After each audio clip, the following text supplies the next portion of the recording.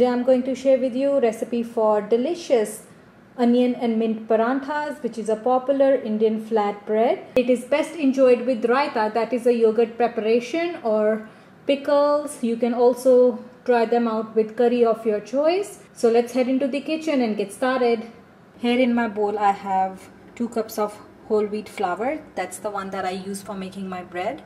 So whole wheat flour, and in this we are going to add some of our other ingredients. Here I have 2 tablespoons of finely chopped mint, 1 tablespoon of cilantro, 2 tablespoons of finely chopped onions, and then our spices, which is salt, 2 teaspoons, half a teaspoon of red chili powder, half a teaspoon of garam masala, 1 teaspoon of ajwain, that's garam seeds. If you want your paranthas to be a little spicy, add 1 teaspoon of green chili. So what we're going to do now is just add all our ingredients in our flour and make a soft dough out of it.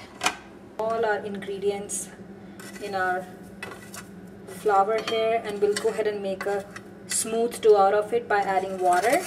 So mixing all our ingredients.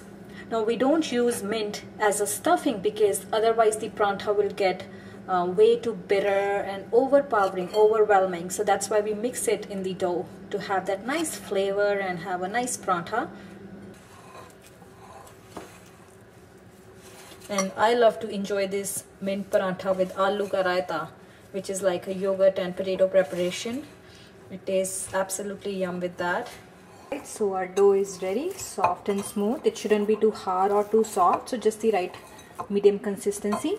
So what we're going to do now is just take a little bit at a time, make a small ball out of it and roll it out with the help of a rolling pin, and then we're gonna cook it on our griddle. Here our pan is heating up, on which we are going to cook our paranthas, and I have made 6 small round dough balls out of our dough, and going to use a little bit of oil for cooking and also some plain flour. So just taking one ball at a time, putting it in our plain flour here, and we'll just flatten it out.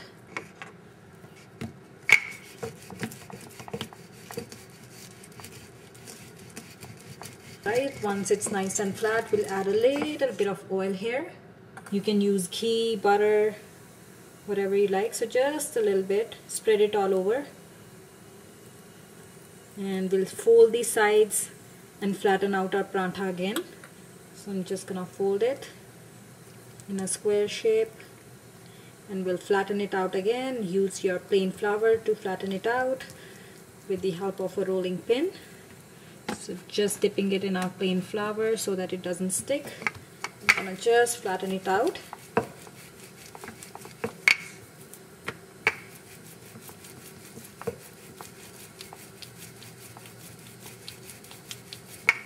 So once you've flattened it out, make sure it's nice and thin. We'll go ahead, pick it up, put it on the skillet and cook it until both sides are nice and brown. So cooking our parantha, just add a little bit of oil on each side so that it's nice and brown. Once it starts developing brown marks, it means it's done. So both sides need to be brown. And just flip it over. It has started to get nice brown marks, but it's not quite done. So give it another flip here.